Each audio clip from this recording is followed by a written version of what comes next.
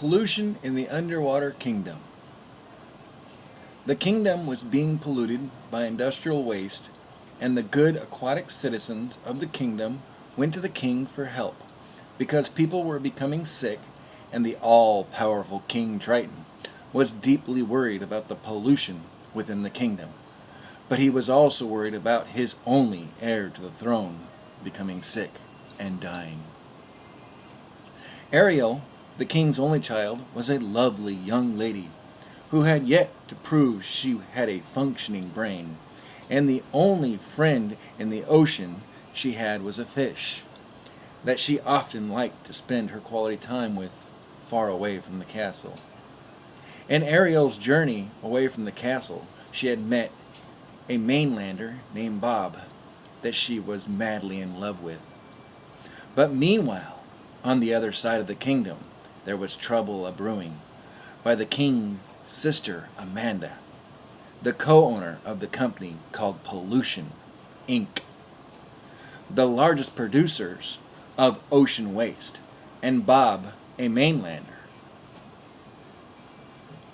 was the co-founder and co-owner of this company. They were engaged in a secret conference, but Bob was concerned that the factory was going to be inspected by the EPA, Environmental Protection Agency, due to this fact of the large amount of waste it was dumping into the ocean. But Amanda was not concerned about this matter, because she would still the voices of anybody that protested about the waste. Bob also in this meeting decided to marry Ariel because she's pretty dumb, and that would make her a perfect wife and cover-up. Amanda told Bob that she could help him in this matter, and that with Ariel out of the way, she also would profit in this matter, because she would be next in line for the king's throne. Ha ha! King Triton was beginning to worry about his daughter's visits to the mainland and her health. So he decided to forbid her from all those visits to the mainland that would include visiting Bob. But when Ariel heard of this, she got mad at the king and told the king that she loved Bob. But then King Triton told Ariel that Bob's company was the one responsible for dumping the wastes in the ocean, and he wanted her to have nothing to do with him. Ariel quickly again responded to the king by saying that she did not care all about this matter because he was so cute.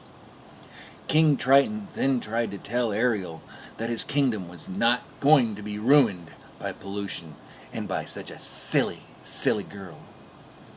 Ariel then told the king that he does not understand what she wants and quickly swam out of the room, along with her little friend, wheezing terrible.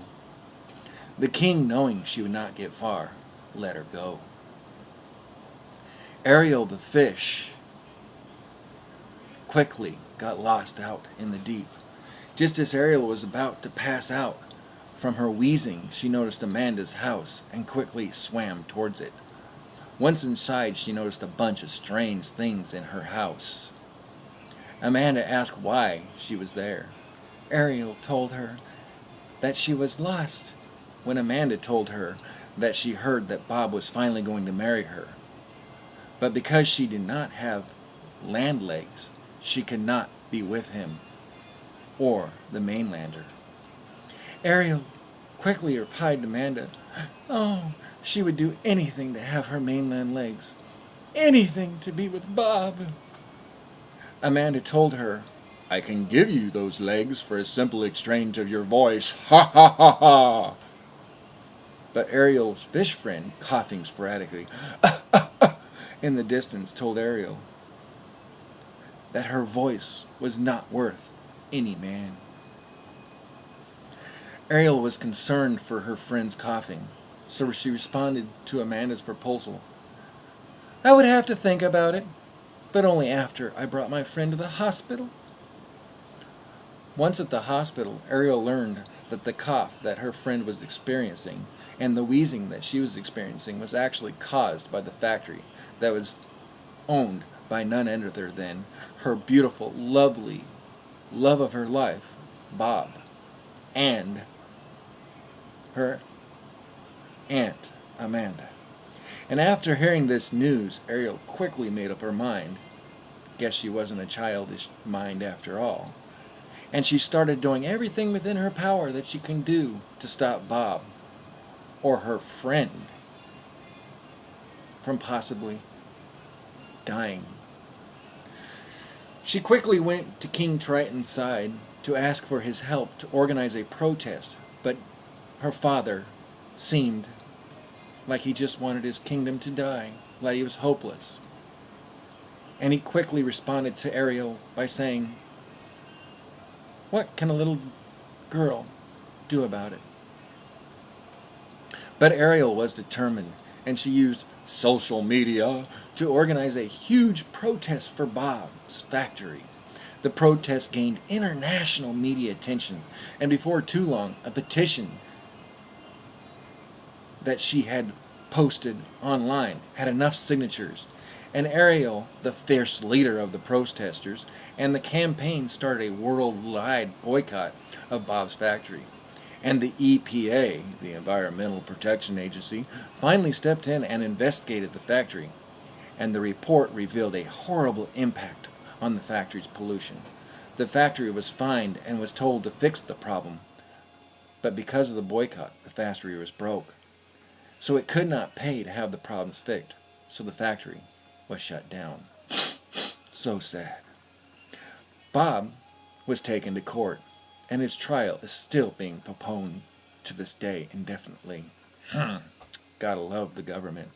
Amanda's connection to this scheme was also revealed. Uh-oh! And she was forced to return those trapped voices of those protesting people that she had collected, and she was vanished, far, far away from the kingdom, never to return. Over time, peace and clean water returned to the kingdom, and when King Triton became old, he retired, and peace, and in peace, because he knew that his kingdom was in the safe, strong, and capable hands of a competent, young, beautiful daughter, Ariel.